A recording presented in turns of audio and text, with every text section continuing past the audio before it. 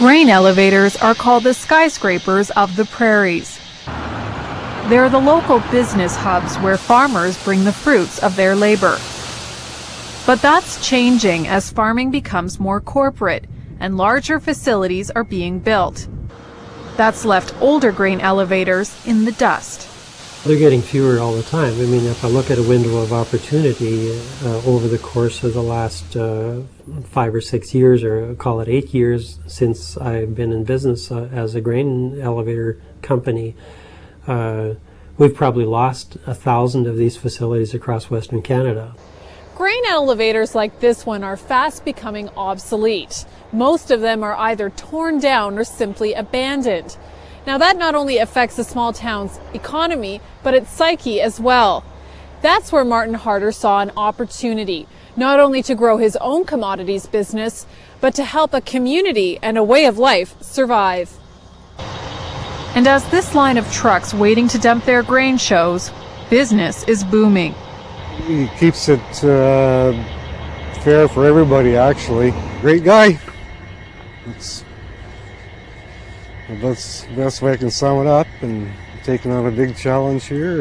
Martin Harder likes a good challenge. It's what's kept him in the business for nearly 30 years.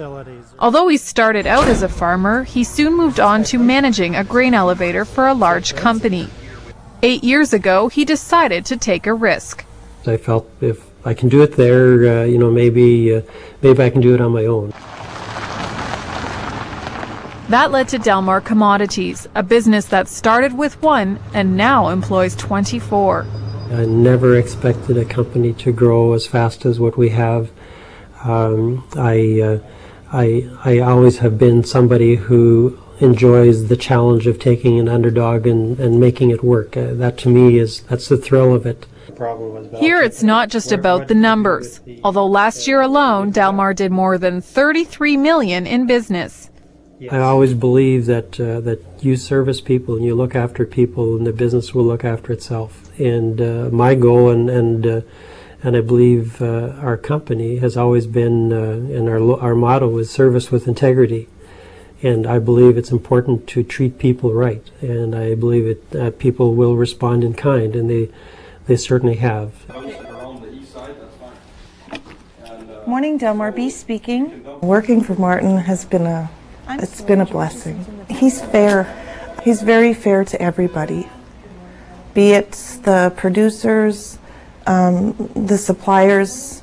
He sees their point of view as well as his own, and he'll meet you in the middle. Like, he's fair to his staff.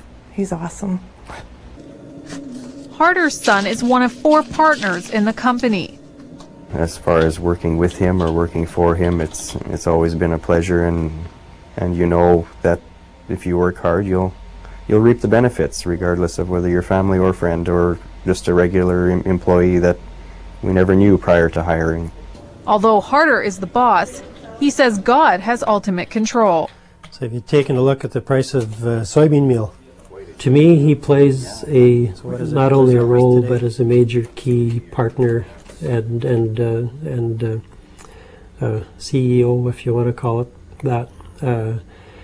I don't like the bumper sticker that says God is my co-pilot, because then it still indicates that I'm in the driver's seat, and I'm not. I am strictly a steward of what God has provided. I believe that our business practices need to be done with God's standards in mind. Faith, not business, has been the driving force behind Martin Harder since he was a teen.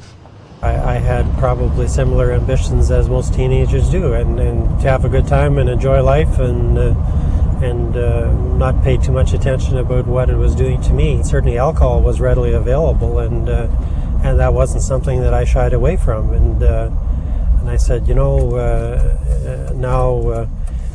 with my relationship that I had with my Lord, I didn't need to find happiness in bottles of alcohol. I found not only happiness, I found joy that came from within, which to me was much more beneficial than what alcohol ever would do.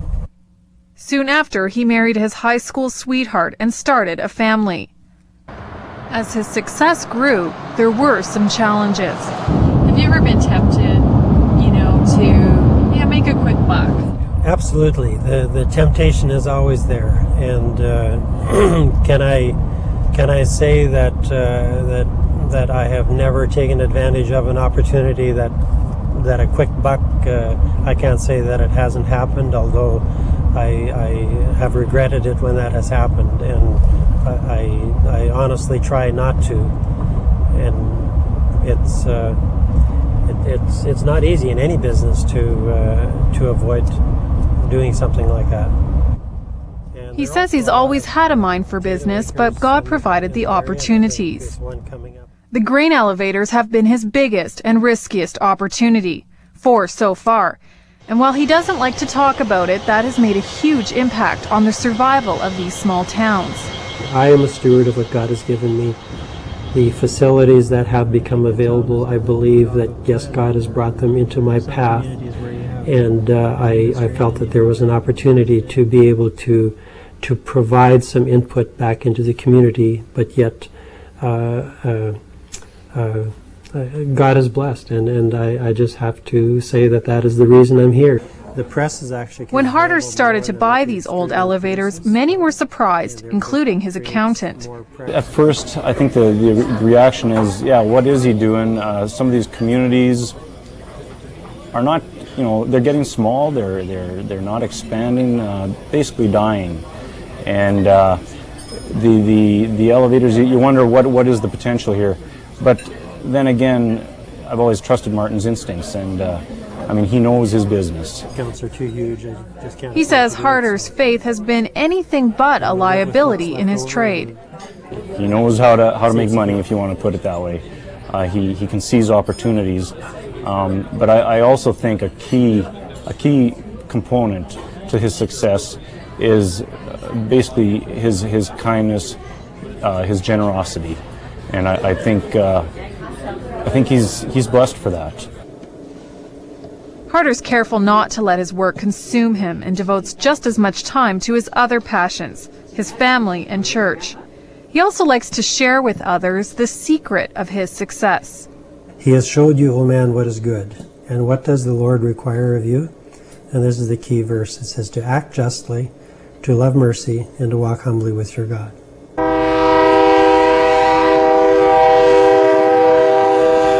The trains that arrive and depart from this prairie grain elevator transport more than the harvest of these small towns.